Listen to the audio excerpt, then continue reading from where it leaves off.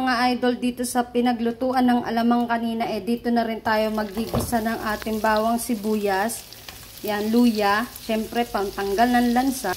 Yan, mga idol, ang bango-bango. Kasi nga, dito tayo nagluto kanina ng ating alamang. Yan, o. Magluluto tayo ng binagoongang manok, mga idol. So, yan. Umpisahan natin sa paggigisa ng ating mga pampalasa. Siyempre. Yan, mga idol, ilagay na natin tong ating manok. Chicken yan sa English, mga idol, yung manok, ha? Ngayon, alam nyo na, mga idol, ha? English ng manok is chicken. So, yan. Antayin lang natin siyang mag-change ng color. Change color. Yan. Takpan muna natin, mga idol. So, yan mga idol, meron din tayo ditong gulay. So, yan. Ilalagay natin yan doon sa binagoongang manok natin, mga idol. Okra, at syempre talong, at ampalaya. My favorite ampalaya, mga idol. So, hugasan natin, mga idol.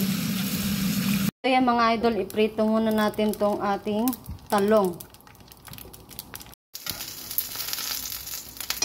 Yan na ang ating manok, mga idol. Lagyan natin siya ng bagoong alamang. So, yan na siya, mga idol. Haluin na natin. Wow! Lagyan natin siya ng paminta, mga idol. Yan. At takpan, mga idol, syempre. Yan na, mga idol. Luto na yung ating manok. Lagyan na natin tong ating ampalaya. Ating okra. Yan. Yan. Yan na, mga idol. Wow. Ilagay na natin tong ating prinitong talong ng konti kanina. Masarap kasi pag medyo ganyan siya. Kaysa ilalagay natin siya ng ano. So, luto naman na yan siya, mga idol. Kaya, luto na ang ating binagoongang manok na may gulay. So, yummy na talaga, mga idol. Oh. Yummy. Sarap, mga idol, ang ating ulam for today. Yeah. Nagulam ba kayo na ito, mga idol? Wow.